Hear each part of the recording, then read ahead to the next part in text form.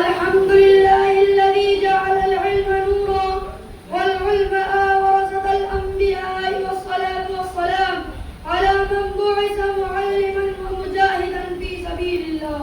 أما بعد، معزز حاضرین کرام، تاریخ کے آراق کو پلٹیے تو آپ دیکھیں گے جب بھی ظلمت نے روشنی کو دبانے کی کوشش کی، جب بھی طاغوت قوت نے انسانیت کو غلامی کے زنجیروں میں جکڑنا چاہا، تو علماء حق سب سے پہلے اٹھے، سب سے پہلے للکارا اور سب سے پہلے قربانی دی. ہندوستان کی جنگ آزادی ابھی ایسی روشن باغ کا ایک تابندہ عنوان ہے جب قومیں خاموش تھی، جب اہل اقتدار درباروں میں جھکے ہوئے تھے، تب منبروں سے فتویٰ دیا گیا، مدرسوں سے قافلے نکلے اور مسلح پر شہادت کی تمنا جاگی. کیا یہ کوئی معمولی بات ہے کہ شاہ عبدالعزیز محدث دہلوی رحمۃ اللہ علیہ نے انگریزوں کے اقتدار کو دارالحرب قرار دے کے اعلان جہاد کیا؟ کیا یہ آسان تھا کہ مولانا فضل حق خیر آبادی نے فتویٰ جہاد دے کر اپنی جان ہتھیلی پر رکھ دی؟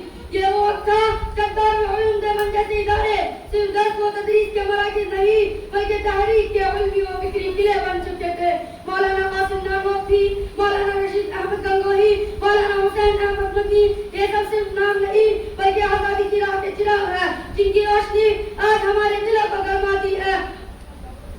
علماء نے قوم کو بتایا کہ آزادی کوئی عطیہ نہیں، یہ حق ہے جس کے لیے قربانی لازم ہے. انہوں نے قرآن کی روشنی میں سیرت النبی کی تعلیمات کے سائے میں قوموں کو بیداری، خودداری اور عزت کا درس دیا. لیکن افسوس اور قوموں کو بیداری، خودداری اور عزت کا درس دیا اور وقت نے بھی وہ منظر بھی دکھایا کہ جن زبانوں سے قرآن پڑھایا گیا انہی زبانوں کو سولی پر لٹکا دیا گیا، جن ہاتھوں سے ان کے چراغ جلائے ان ہاتھ کو یہاں پہنا دی گئی. لیکن افسوس آج ہم ان ناموں کو بھولتے جا رہے ہیں، ان خدمات کو یاد نہیں کرتے جن کے بغیر آزادی صرف خواب رہ جاتی ہے. میرے بھائیوں، یہ باتیں صرف ایک یادگار نہیں بلکہ دعوت تجدید اہل ہے کہ ہم بھی اسی جذبے کو زندہ کریں، اپنے کردار کو سنواریں اور اپنے دین و وطن دونوں کی حفاظت کا بیڑا اٹھائیں.